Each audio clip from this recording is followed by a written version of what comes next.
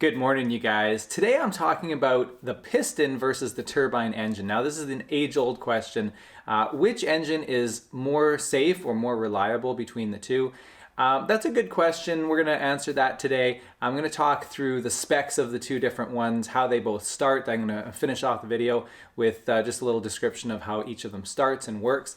But I just want to go through a little bit of a comparison between those two different types of engines today and see if I can shed a little bit of light for you guys. So what I'm going to be specifically talking about today is the R44 or the IO540 Lycoming piston engine versus the R66, the Robinson R66, RR300 Rolls-Royce engine, okay?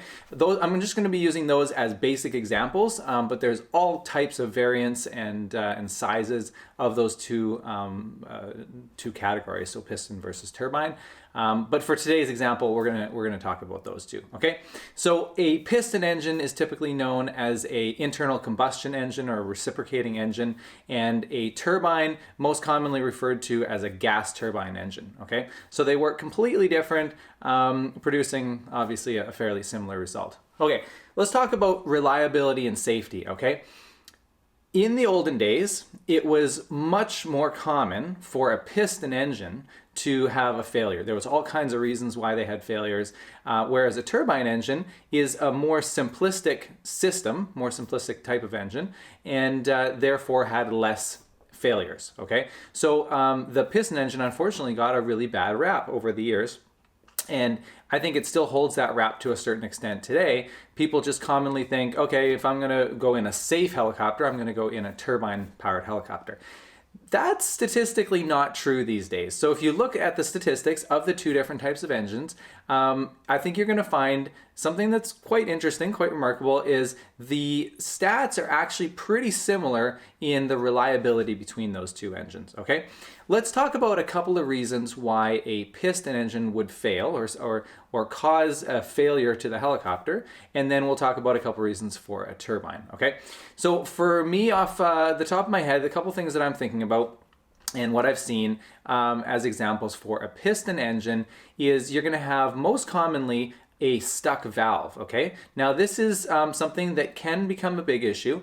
Basically what happens is you get a buildup, I believe it's a buildup of carbon in your push rod, and through time, we have a service bulletin that's actually come out every 300 hours. We have to check the play in there and make sure that there's enough play. If there isn't, then we have to remount the valve to make sure that there's enough clearance there. So if you were to get it to build up too quickly in there, you could actually have what's considered a stuck valve, and the engine will now have one or maybe potentially two or three valves that are not producing the same amount of power as they should be because they're stuck. So the engine is producing less power overall.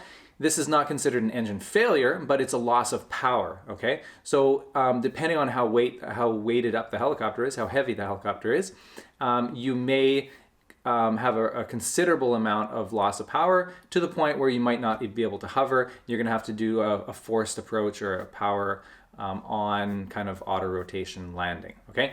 That's probably one of the more common ones I see. Another one would be a magneto failure. So you just have one of your magnetos that fails altogether.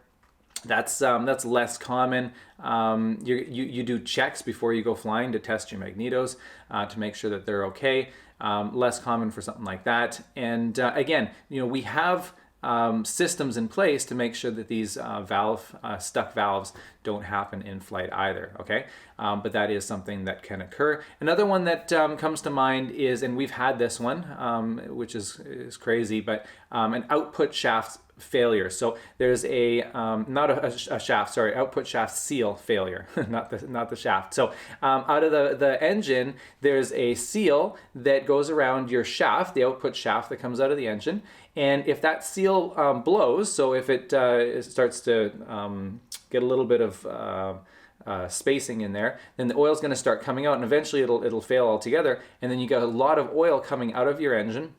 the oil level in your engine will go down, but actually the thing that happens first is it spits oil all over your belt system. At the end of this video, we're going to talk about the belt system on a piston engine and how that works. But basically, you get oil spitting all over your belt system, you get a slipping belt, and then you lose power to your drivetrain, your main and tail rotor. Okay.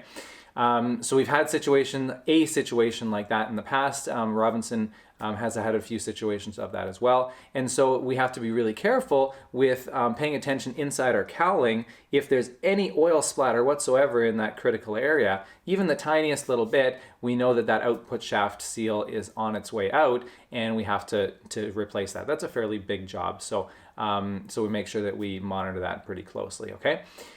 An actual failure of the engine, of course, there's always fuel starvation. So that's the most common one, which is not an engine's fault, it's a pilot's fault. So if you've not managed your fuel properly and you run the engine out of fuel, the engine will quit on you, okay? But as an engine itself, a piston engine, as you can see, those are all side effects of the engine itself. Is very reliable, and it runs incredibly safely and reliably, okay? Jumping over to the turbine helicopter now, there's less, typically anyways, there's less things that can fail on it because of the design of it, and we'll talk over that in a second. Number one, again, is fuel starvation. That's not an engine's fault, it's a pilot's fault. The Robinson R66 has just gone a million hours without a single engine issue or failure. So that's great. And I believe that style of engine, because that's just a modification of the C250 and the Allison C250, that one I believe has had 180 million flight hours on it. So that's pretty impressive, pretty incredible. So you're going to have fuel starvation, again, not an engine's issue. You're going to have air starvation, okay? So the air intake, the filter or whatever, the intake to the engine gets clogged, and so now you don't have any airflow coming into the engine, and now you're going to have an engine failure because of that. That has happened, definitely. Again, it's not really the engine's fault. It's more the fault of why did that filter get clogged? Was it snow that built up on it? Was there too much dust that couldn't get out? Now, there are systems, of course, in place to make sure that that's not happening. We have particle separators and things like that, but that can be another cause, okay? There aren't really a lot of other reasons why you would have a catastrophic engine failure in a turbine helicopter, okay? All right, so now let's jump over to a bit more of the stats and the specifics of those two engines, okay? Let's talk about horsepower, so shaft horsepower and actually usable power. So the IO 540 engine is producing 350 horsepower, so that's a lot of horsepower. You have huge, big bore cylinders, and it's a 6-cylinder engine, all right? And you're getting 245 out of those 350 horsepower. What that means is the manufacturer has actually derated that engine to allow you to only use 245 horsepower for takeoff out of that engine.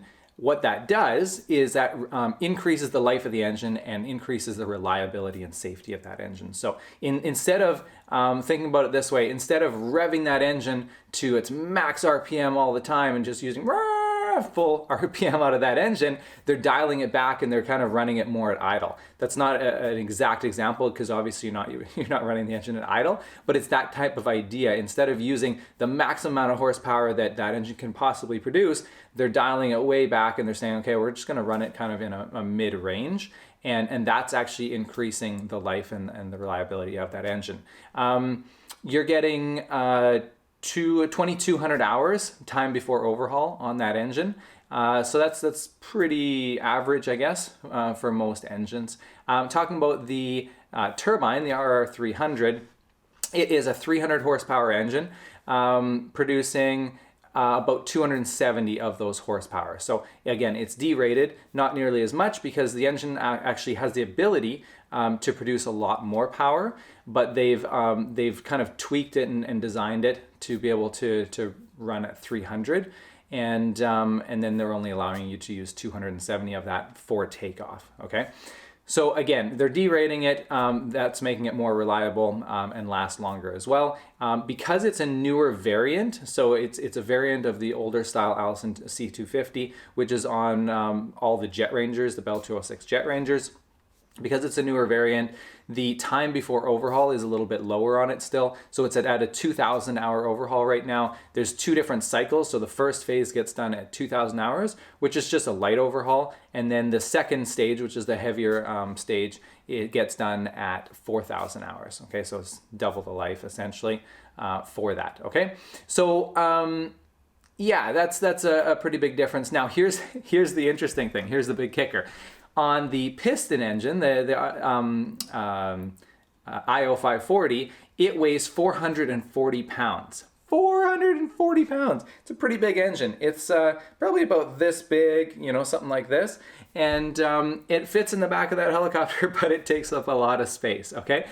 The RR300 for producing actually more output, shaft output horsepower, 270 versus 245, it only weighs 200 pounds, okay? Now here's where the balance starts to kind of weigh out like this, because there's a lot of things that are actually quite beneficial on a piston helicopter. We'll talk about a couple more of those in a minute.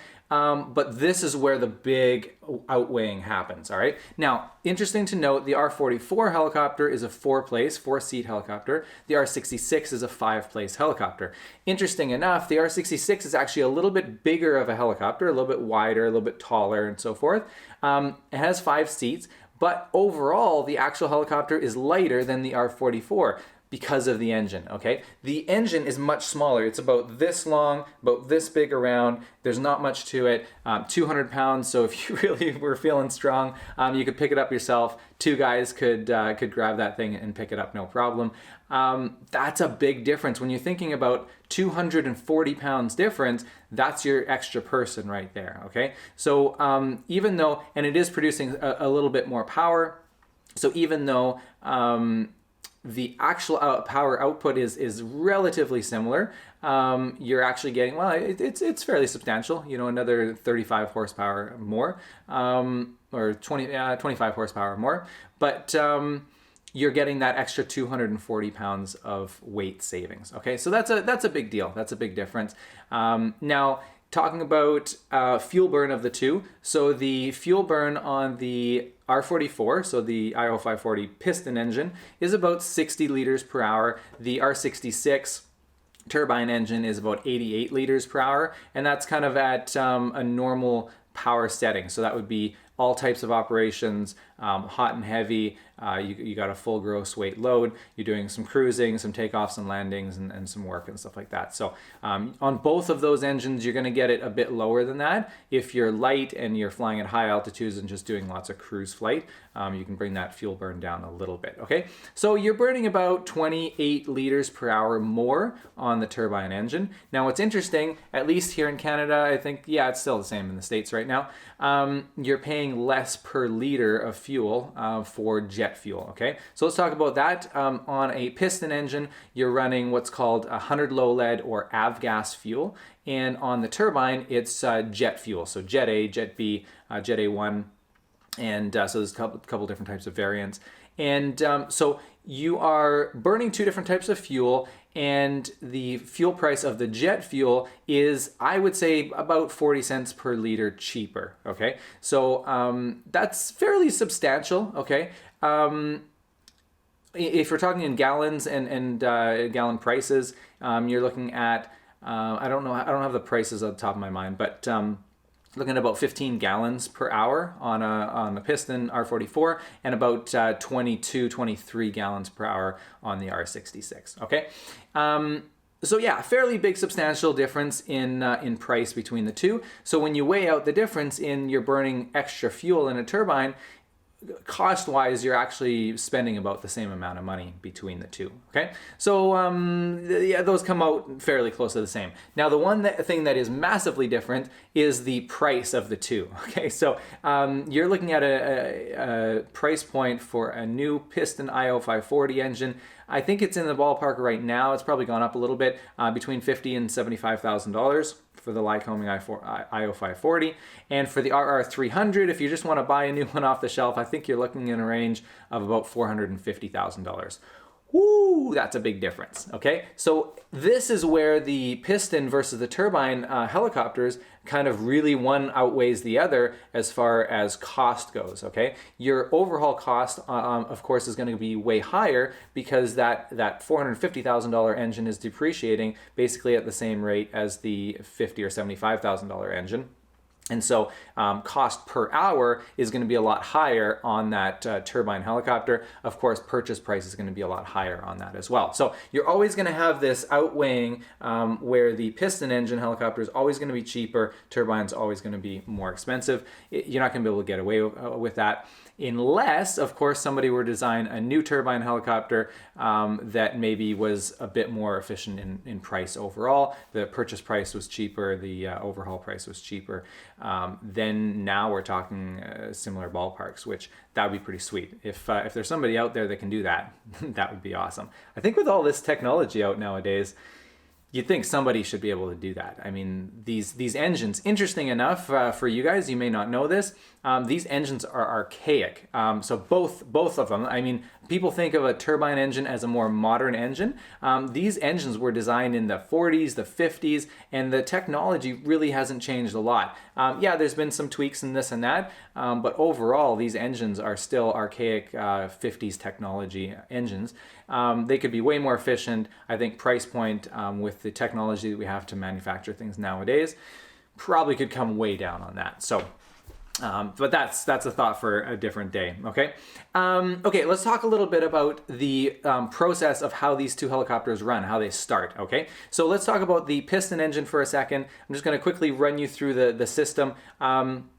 You hit the start button, and everybody knows the difference between a piston and a turbine helicopter sound, okay? You hit the starter button of a piston helicopter, and it goes vroom, and it's like a big tractor running, like this, right? Okay, what actually happens? We hit the starter button, that activates the starter. The starter kicks out a little thing called a Bendix. Okay, Bendix is a ring, basically a ring gear or a gear about this big around, shoots out and it jumps onto the big ring gear that is attached to the engine. Okay, the back of the engine, and that thing's about this big with teeth on it, and it turns over that big engine. So it's crank starting that big engine. All right. So once the engine gets crank started, you've got magnetos that are sending spark to your spark plugs. Now the spark plugs are sparking away like this, and when you hit the starter button, it introduces fuel. So now you have fuel getting introduced to the spark from the spark plug that is over top. There's actually two spark plugs over top of every cylinder, every piston, and now you get what's called combustion, and so that's why you have an internal combustion engine, and so you're getting combustion over top of every one of these cylinders, and now your cylinders your cylinders are working their way up and down onto a crankshaft which spins around in circles. Okay, so the combustion, you guys, a lot of you already know this stuff, but the combustion over on top of each one of these cylinders is what's powering the crankshaft. The crankshaft has an output shaft, and on that output shaft is your lower pulley. And so the lower pulley, as soon as you hit that engine, the lower pulley starts spinning, and it's spinning at whatever RPM that engine is designed to idle at, okay?